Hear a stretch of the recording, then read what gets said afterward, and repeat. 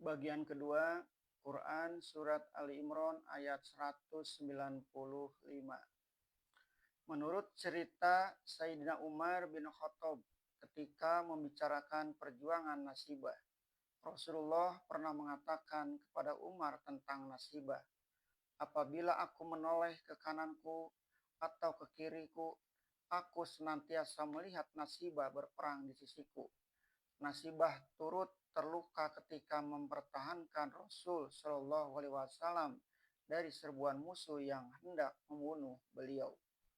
Setelah Rasulullah Shallallahu Alaihi Wasallam wafat dan tentara Muslimin pergi memerangi Musailamah si pembohong yang mendakwakan dirinya jadi Nabi Uladiyah Mama, Khalifah pertama Abu Bakar As-Siddiq mengerahkan tentara pembasmi pemberontakan itu. Nasibah pun ikut pergi berperang dan ikut pula bertempur. Dalam perang itu putus tangannya, dan dalam perang itu pula syahid putranya Khubayb bin Yazid bin Asim. Sofiyah binti Abdul Muthalib, ammah saudara dari ayah Nabi, saudara kandung Hamzah yang perwira, satu kali turun dari bentengnya membunuh musyrik. Terlalu panjang kalau kita daftarkan di sini. Bagaimana perempuan-perempuan pada zaman Nabi atau pada zaman sahabat-sahabat yang utama turut bertempur ke medan perang, memikul tugasnya.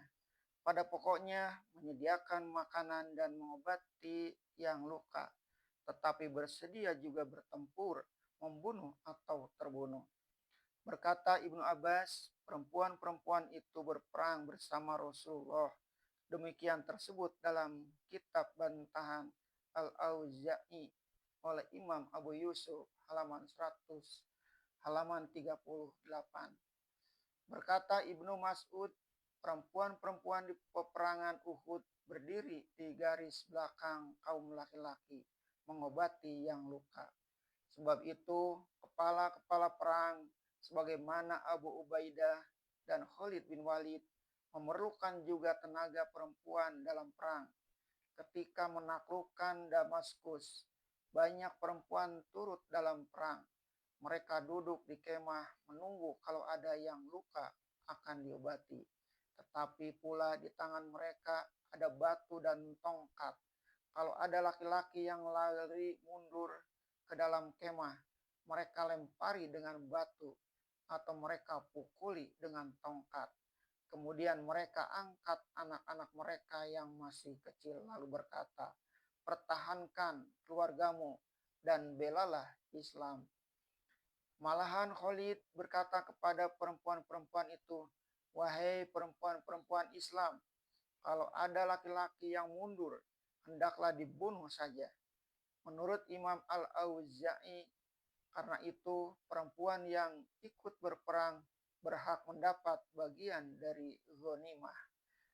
Ibnu Rusdi di dalam kitab Bidayatul Mujtahid berkata, sama pendapat ulama bahwa perempuan boleh ikut berperang.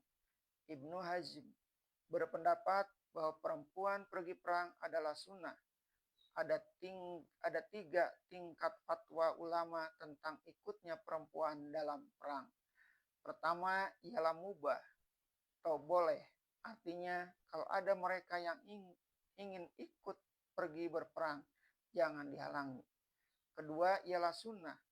Kalau yaitu bagi perempuan-perempuan yang ada kesanggupan dan keahlian, terutama dalam mengobati yang luka. Ketiga ialah wajib berperang sebab telah menjadi fardu ain apabila musuh telah masuk ke negeri, supaya mereka pun turut berjuang bersama laki-laki. Kalau dalam perang menyambung nyawa, demikian kata Al-Quran dan demikian pula sunnah Rasul pada contoh-contoh perempuan pada zaman beliau dan pada zaman sahabat-sahabat. Demikian pula pendapat para ulama. Niscaya jelaslah bahwa dalam hal yang lain pun perempuan mendapat hak dan kewajiban yang sama dengan laki-laki. yaitu di dalam bakat dan bidang yang sesuai dengan keadaan dirinya sebagai perempuan.